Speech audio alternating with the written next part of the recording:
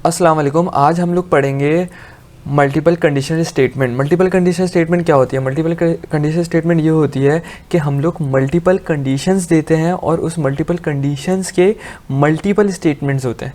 ठीक है, मतलब कि अगर मुझे एक रियल लाइफ एग्जांपल देता हूँ कि मुझे अगर BSCS में एडमिशन लेना है तो मैं UBIT जाऊँगा। ठीक है, मुझे मैकेनिकल इंजीनियरिंग में एडमिशन लेना है तो मैं NAD जाऊँगा।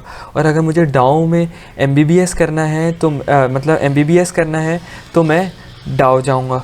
तो ये क्या है? मल्टीपल कंडीशंस के मल्टीपल स्टेटमेंट्स है। ठीक है, तो आज हम लोग यही करेंगे। तो हमारा पहला चैप्टर ही चल रहा है, तो उस पहले चैप्टर के फोल्डर में आया और मैंने यहाँ पे लिखा CMD। ठीक है, उसके बाद जुपिटर नोटबुक,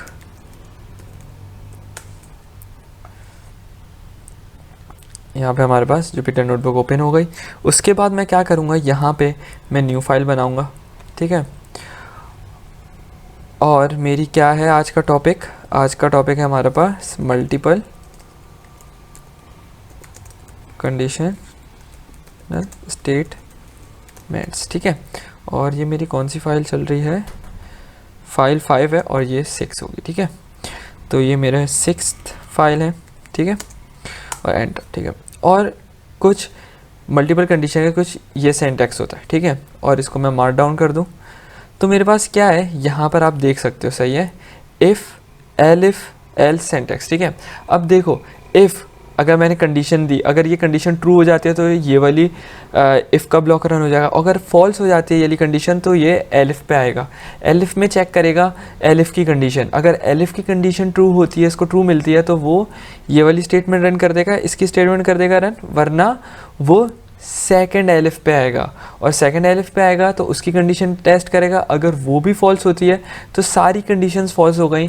तो फॉल्स के लिए हमारे पास जब सब कुछ फॉल्स होता है तो वो फॉल्स के स्टेटमेंट में जाता है, मतलब वो एल्स के ब्लॉक में चला जाएगा।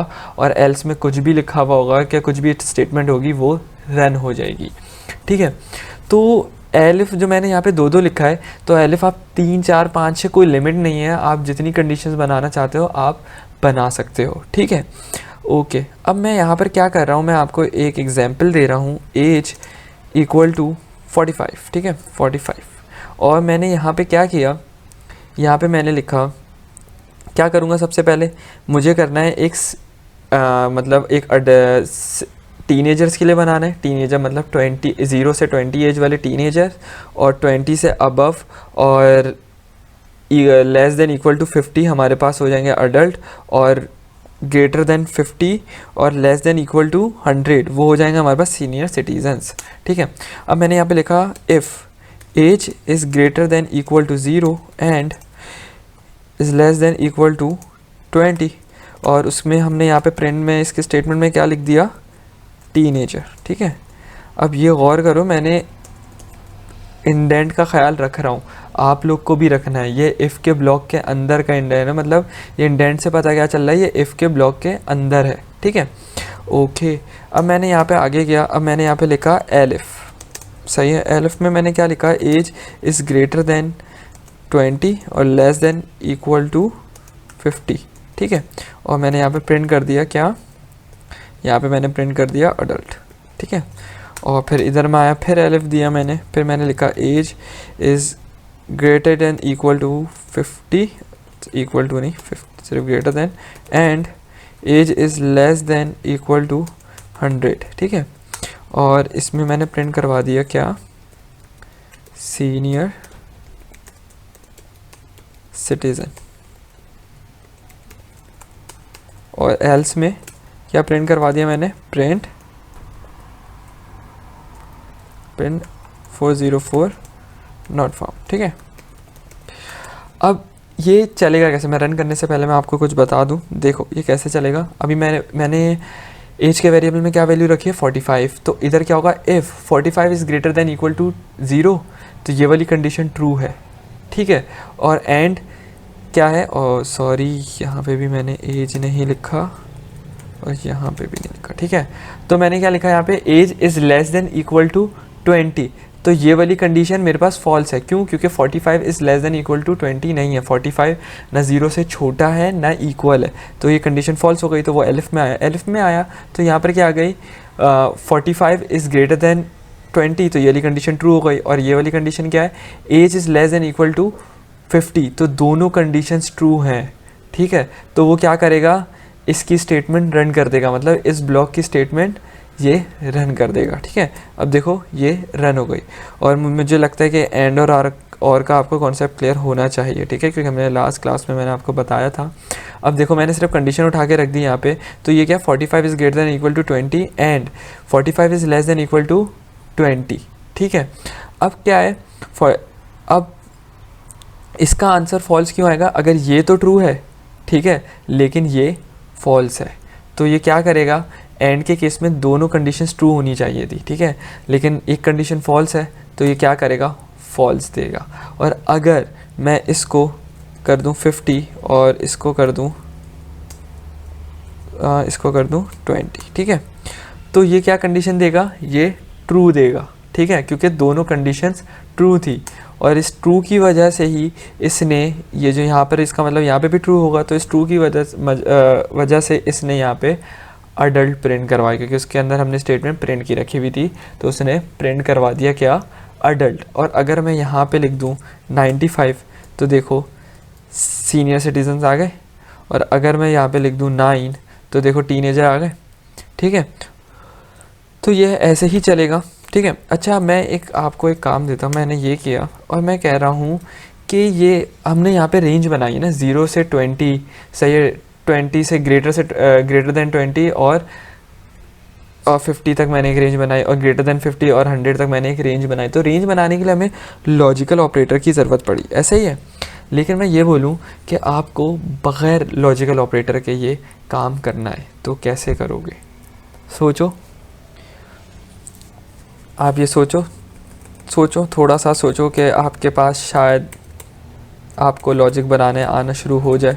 अगर नहीं भी आई, मुझे पता है कुछ इनिशियल स्टेट पे हो आप, तो कोई मसला नहीं है, स्टेज पे हो, इनिशियल स्टेज पे तो कोई मसला नहीं है, तो आहिस्ते आहिस्ते आप लॉजिक बिल्ड करना भी सीख जाओगे। अगर अब मैंने यहाँ पे लिखा 0 is less than equal to age, और age is less than equal to 20, ठीक है, मैं आपको बताता हूँ ये काम कैसे चल रहा है, ठीक है। पहले मैं यहाँ पे लिख लूँ,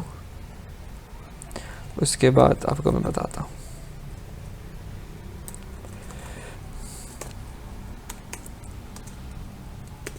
ओके, अब देखो यहाँ पे हमने काम क्या किया, यहाँ पे हमने ये किया है कि देखो 0 is less than equal to 20, ठीक है, 0 is less than equal to 20। अगर मैं यहाँ पे 49 लिख दूँ तो क्या है, 0 is less than equal to 49, ठीक है, क्योंकि 0 49 से लेस है ना इक्वल है, ठीक है।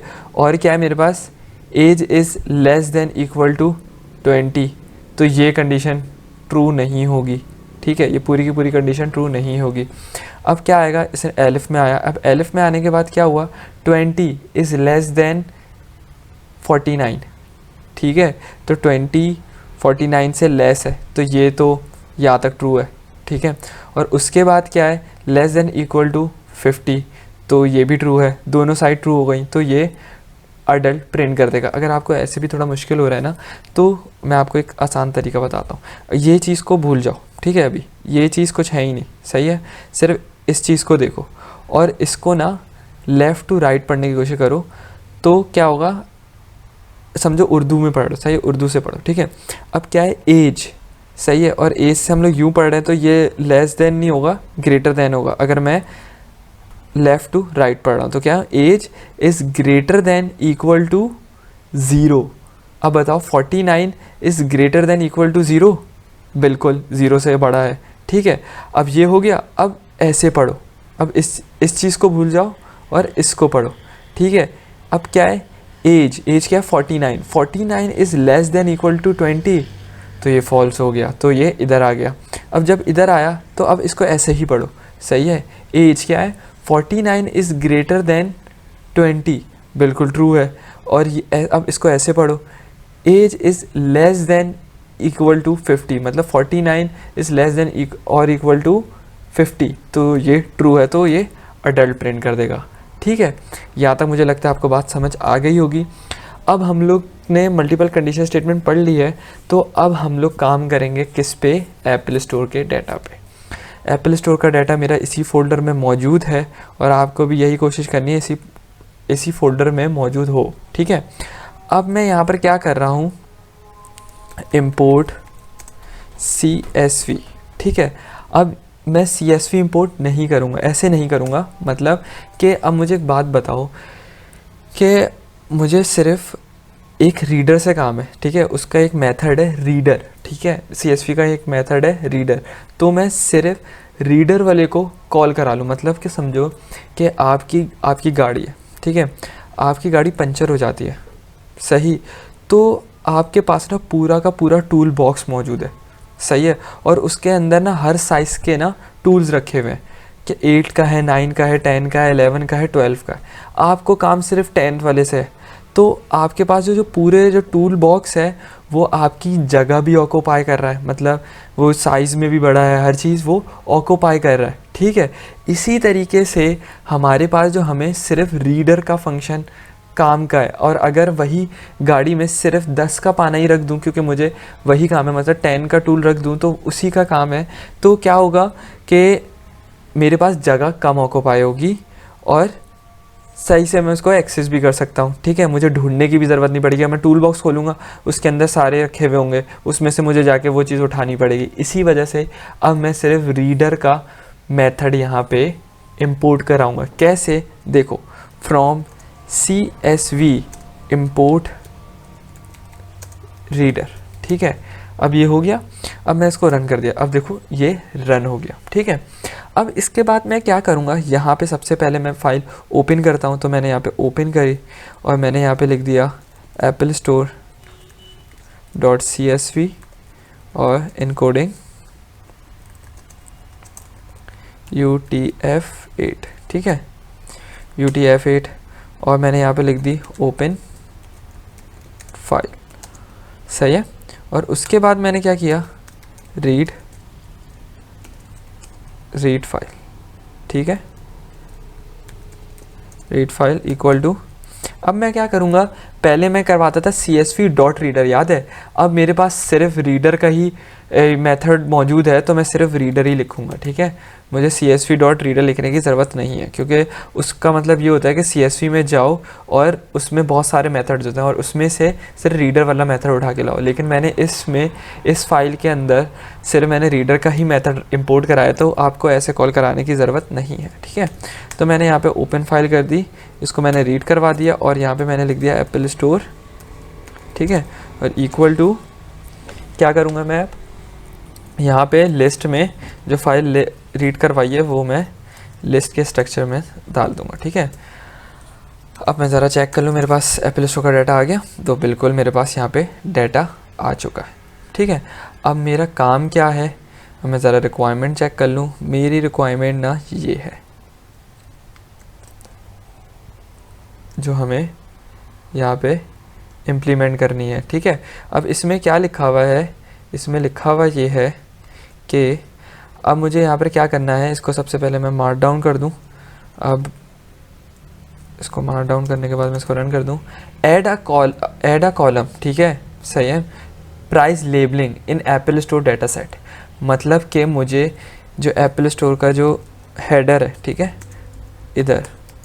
इधर इसमें मुझे एंड में एक लेबल अपेंड करवाना पड़ेगा प्राइस लेबलिंग का, सही है। And add a price label in all application raw, मतलब हर लिस्ट की, मतलब अब मेरे पास क्या है, सबसे पहले तो मैं इसकी रिक्वायरमेंट पूरी कर लेता हूँ जो प्राइस लेबलिंग करनी है, ठीक है। ओके, तो मैंने इसको यहाँ से कॉपी किया और अब क्या कर रहा हूँ, डॉट अपेंड, ठीक है, वो लिस्ट को मैंने कॉल करा और उसके बाद डॉट अपेंड में मैंने क्या कर दिया, प्राइस लेबलिंग, ठीक है। अब मैं ज़रा चेक करूं तो मेरे पास जीरो इंडेक्स पे प्राइस लेबलिंग आ चुकी है। अब ये क्या बोल रहा है, हर एप्लीकेशन रॉ में आपको क्या करना है, उसकी क्या करना है, add a price label in all application raw bye given condition, ठीक है। अब क्या करना है, प्राइस लेबलिंग डालनी है, सही है, और उस नीचे जो कंडीशन दी हुई है उसके लिहाज से, मतलब कि अगर प्राइस 0 होती है तो फ्री अपेंड हो जाए, ठीक है। और अगर वो ग्रेटर देन 0 और लेस देन इक्वल टू 20 होती है तो वो क्या हो, चीप अपेंड हो जाए। और ग्रेटर देन 20 होती है और लेस देन इक्वल टू 50 होती है तो अफोर्डेबल हो जाए। और क्या है, ग्रेटर देन 50 हो तो क्या हो जाए मेरे पास, एक्सपेंसिव। मतलब कि ये याद है हमने स्टार्टिंग में एक सैम्पल डाटा पे काम किया था जिसके अंदर परसेंटेज अपेंड करवाई थी, ठीक है। वो तो हमने ऐसे ही अपेंड करवा दी थी, लेकिन यहाँ पर हमें कंडीशन के लिहाज से उसको अपेंड करवाना है। तो हम लोग कैसे अपेंड करवाएंगे, किसी के पास कोई आइडिया? सोचें कैसे होगा। देखो सबसे पहले तो हम लोग क्या करेंगे, लूप लगाएंगे, ठीक है। For I in Apple store, ठीक है। एप्पल स्टोर को मैं 1 से स्लाइसिंग कर लूँगा। अब मैं स्लाइसिंग बाद में नहीं बताऊँगा कि मैंने 1 से क्यों स्टार्ट किया है, या आपको पिछले वाले लेक्चर से सारे कॉन्सेप्ट क्लियर करके आने चाहिए, ठीक है। उसके बाद मैं क्या करूँगा, यहाँ पे मेरे पास प्राइस कौन से वाले इंडेक्स पे मौजूद है, ज़रा मैं एप्पल स्टोर कहाँ है, ये रहा, ठीक है। अब मैंने यहाँ पर देख रहा हूँ एप्पल स्टोर ये रहा मेरे पास, और मुझे इसकी प्राइस चेक करनी है कि कौन से उस पर है, ठीक है। तो मैं कैसे चेक करूँगा, तो मैं इससे पहले एक डॉट इंडेक्स और इसके अंदर प्राइस तो ये 4th पर है, ठीक है। अब मुझे क्या करना है, इस पे कंडीशन लगाऊंगा, उसके लिहाज से मैं वैल्यू अपेंड करवाऊंगा उस लिस्ट में। मतलब कि यहाँ पर एक वैल्यू अपेंड होगी, मतलब इस CSV की फाइल में नहीं होगी लेकिन हमारे इस एनवायरनमेंट में होगी। जो एप्पल, जैसे हम लोग 1 को एक्सेस करेंगे तो जैसे यहाँ पे प्राइस लेबल आया है तो हर एप्लीकेशन के एंड में चीप या फ्री या अफोर्डेबल या एक्सपेंसिव आएगा, ठीक है। तो सबसे पहले अब मैं क्या करूँगा, यहाँ पर प्राइस आ गया। अब मैं यहाँ पे कर रहा हूँ प्राइस में क्या डाल रहा हूँ, इंटीजर करके वैल्यू, फ्लोट किसको करना है, I4 को, ठीक है। अब ये आ गई मेरे पास सारी प्राइस। अब मुझे प्राइस के लिहाज से मुझे सारी चीज़ें अपेंड करवानी है, मतलब चीप अपेंड करवाना है, अफोर्डेबल अपेंड करवाना है। तो मैं क्या करूँगा, सबसे पहले तो करूँगा यहाँ पर if price is equal to 0, ठीक है। अब मैं यहाँ पे क्या करूँगा, अब मैंने आपको ये भी बताया था एप्पल स्टोर जब एक लिस्ट उठा के दे देता है आई को, तो वो आई के ऊपर आ जाता है कि वो आई उसके अंदर कोई डाटा इंसर्ट करे या डिलीट करे या अपडेट करे, वो आई पे डिपेंड करता है, एप्पल स्टोर पे डिपेंड नहीं करता लूप में। तो अब मैं यहाँ पर क्या लिखूँगा, आई डॉट अपेंड में क्या लिखूँगा, यहाँ पे मैं फ्री, ठीक है। अब मैंने यहाँ पे लिखा एलिफ, ठीक है। एलिफ में क्या लिखा, price is greater than 0 and price is less than equal to 20, ठीक है। तो मेरे पास क्या अपेंड हो जाए, क्या हो जाए, चीप, ठीक है। चीप अपेंड हो जाएगा, ठीक है। उसके बाद मुझे क्या करना है, एक और एलिफ दूंगा क्योंकि मुझे एक और कंडीशन देनी है। तो मैंने यहाँ पे लिखा price is greater than 20 and price is less than equal to 50, ठीक है। अब इसके अंदर क्या हो, कंडीशन यही है ना मेरे ख्याल से, हाँ सही है। और अफोर्डेबल हमारे पास प्रिंट हो, उधर अपेंड हो जाए, ठीक है। अब मैं क्या करूँगा, यहाँ पर डॉट अपेंड और क्या करवा दूँगा, अफोर्डेबल, ठीक है। अफोर्डेबल, ठीक है, अपेंड हो जाएगा। उसके बाद मेरे पास क्या है, एलिफ। अब मैं लिख रहा हूँ प्राइस इज़ ग्रेटर देन 50, तो क्या हमारे पास अपेंड हो जाए, आई उस लिस्ट के अंदर एक्सपेंसिव, सही है। एक्सपेंसिव की स्पेलिंग मैंने एक्सपेंसिव, ठीक है, एक्सपेंसिव, ठीक है। अब मेरे पास ये हो जाए। और अगर मैं यहाँ पे लिखूँ एल्स, तो यहाँ पे क्या लिखूँगा, मैं यहाँ पे अपेंड करवाता हूँ। अगर ये सारी कंडीशन फॉल्स हो जाती है, इसमें मिसिंग डाटा तो नहीं है जैसे एप्पल स्टोर की फाइल में, फिर भी मैं यहाँ पे लिख देता हूँ प्राइस नॉट गिवन, ठीक है। अब मैं इसको रन कर देता हूँ, ठीक है। अब मैंने यहाँ पे रन कर दिया। अब मैं ज़रा एप्पल स्टोर के डाटा को चेक करूँ, ठीक है। अब देखो यहाँ पर मेरे पास देखो फ्री आ गया, ठीक है। अब ज़रा चीप वाली भी देखते हैं। देखो इधर फ्री आ रहा है, देखो यहाँ पे भी फ्री आ गया, अपेंड हो गया उस लिस्ट में। अब मुझे यहाँ पे चीप देखना है, कहीं चीप लिखा हुआ या अफोर्डेबल, या ये देखो चीप आ गया। और इसकी प्राइस देखो 0 1 2 3, ओके 0 1 2 3। अब ये देख रहे हो प्राइस क्या है 1.99। तो मैंने इसके अंदर क्या अपेंड हुआ, चीप अपेंड हुआ, ठीक है।